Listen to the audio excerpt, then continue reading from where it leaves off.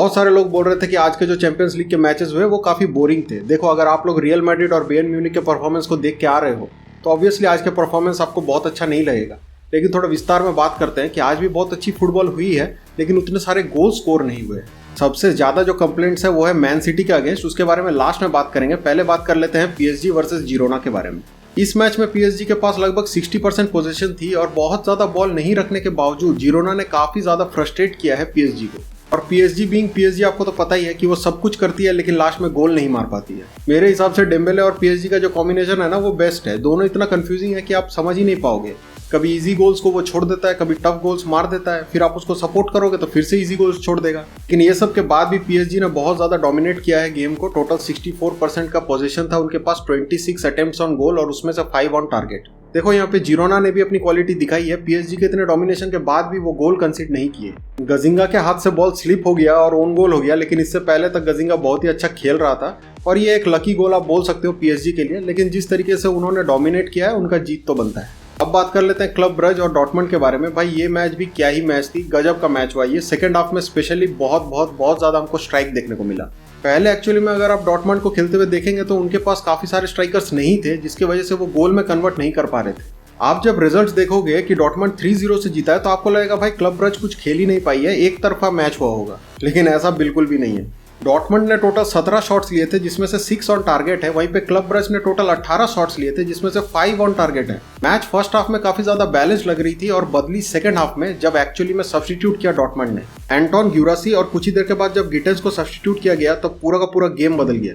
अगर कल इस मैच को किसी ने एक तरफा बना दिया वो है जेमी बाइनो गिटेंस। भाई ये एक इंग्लिश मैन है जो सिर्फ और सिर्फ 20 साल का है। वो 68 मिनट में सब्स्टिट्यूट होता है और 76 मिनट और 86 मिनट में 2 कंसेक्यूटिव गोल्स मार के एक तरफ कर देता है मैच को। अब भाई हमारा लास्ट मैच जो सबसे ज़्यादा इंटरेस्टिंग है और जिसके बारे में मुझे सबसे ज़्यादा डीएम्स आए हैं कि भाई मैन सिटी इतना अच्छा नहीं खेल पा रही है चैंपियंस लीग में, शायद ये सिर्फ प्रीमियर लीग में ही परफॉर्म करती है। और हालैंड को जो हेट मिल रहा है सिर्फ इस एक मैच में स्कोर ना करने की वजह से, इससे आपको हालैंड की ग्रेटनेस पता चलती है। बंदे ने 3 मैचेस में 8 गोल मारे हैं। अब तो ऐसा हो गया है कि बस अगर हालैंड गोल नहीं मारता है तो लगता है जैसे कि मैन सिटी खेली ही नहीं।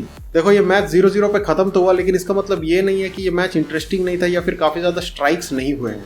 थोड़ा सा विस्तार में समझते हैं कि एक्चुअली में इस गेम में हुआ क्या, और उसके बाद आपको जो भी लगता है मेरे को कमेंट सेक्शन में जरूर बताना।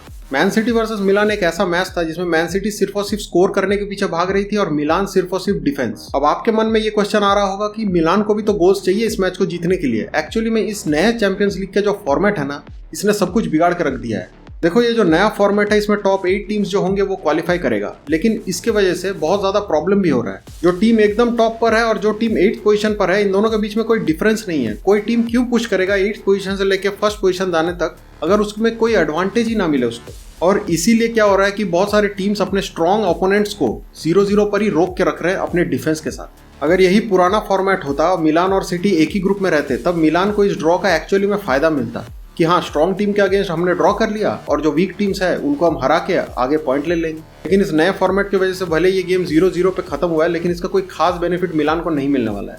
अगर आप सिर्फ और सिर्फ स्टैट्स को देखोगे तो सिटी के पास ओवर 60% का पोजीशन है, तो आपको लगेगा कि सिटी इतना पोजीशन के साथ क्या कर रही थी, एक भी गोल क्यों नहीं मार पाई। देखो, यहाँ पर आपको समझना पड़ेगा कि मिलान के पास one of the meanest defence है और भाई वो इटली का क्लब है, तो सोच ही सकते हो उसका डिफेंस कितना तगड़ा है।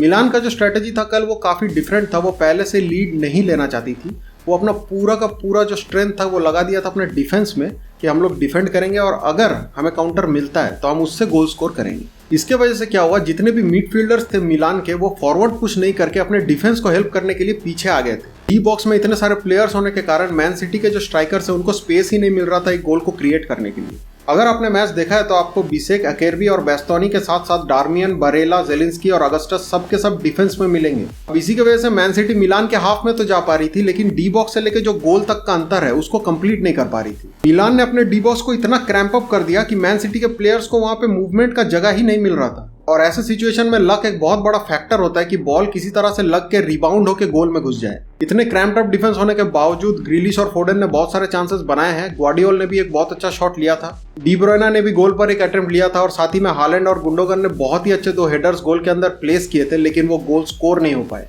अगर आपने इस मैच को देखा है तो लास्ट के जो 10 मिनट थे ना, उसको गुंडोगान ने इतना एनर्जेटिक और हाइप्ड अप बना के रख दिया था कि क्या ही बताऊं।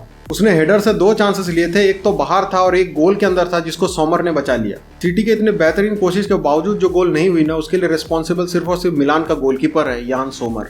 भाई साहब ने कल क्या ही खेला, कम से कम 4 से 5 ऐसे सेव्स थे जिसमें आपको लगेगा कि बस ये गोल तो हो ही चुका है। मेरे हिसाब से कल यान Somer man of the match है। उन्होंने बहुत ही अच्छा परफॉर्म किया है। कल इतने क्रैम्प्ड अप डिफेंस में भी सिटी ने बहुत अच्छा खेला। उनको थोड़ी सी लक की जरूरत थी जो उनको नहीं मिला। मैन सिटी ने जो परफॉर्म किया उसके हिसाब से उनके 2 गोल्स तो बनते थे, लेकिन कल यान सोमर अलग ही बीस्ट मोड में थे। कोई भी बॉल को वो अंदर जाने नहीं दे रहे थे। देखो, हर मैच ऐसा होगा नहीं, सबके सब मिलान नहीं है, सबके पास वैसा डिफेंस नहीं है।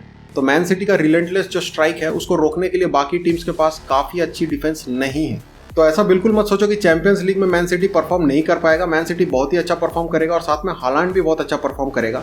सिर्फ कल उसने गोल नहीं मारे, लास्ट 3 मैचेस में उसके 8 गोल्स हैं। भाई साहब, वो 5 से 8 गोल तो इस टूर्नामेंट में जरूर मारेगा। अगर वीडियो अभी तक देख रहे हो, आपको पसंद आ रही है, तो वीडियो को लाइक जरूर करना और ऐसे ही फुटबॉल कन्वर्सेशंस के लिए मेरे इस चैनल को सब्सक्राइब जरूर कर लेना। आज बार्सिलोना का मैच है चैंपियंस लीग में और मेरे हिसाब से वही जीतेंगे जितने अच्छे फॉर्म में वो है, लेकिन कुछ भी हो सकता है। देख ही रहे हो, चैंपियंस लीग में सब अलग अलग स्ट्रेटेजीज के साथ आ रहे हैं। आई होप कि बार्सिलोना जीते और उसके बारे में हम बात करें कल एक नए वीडियो में। Till then, peace out.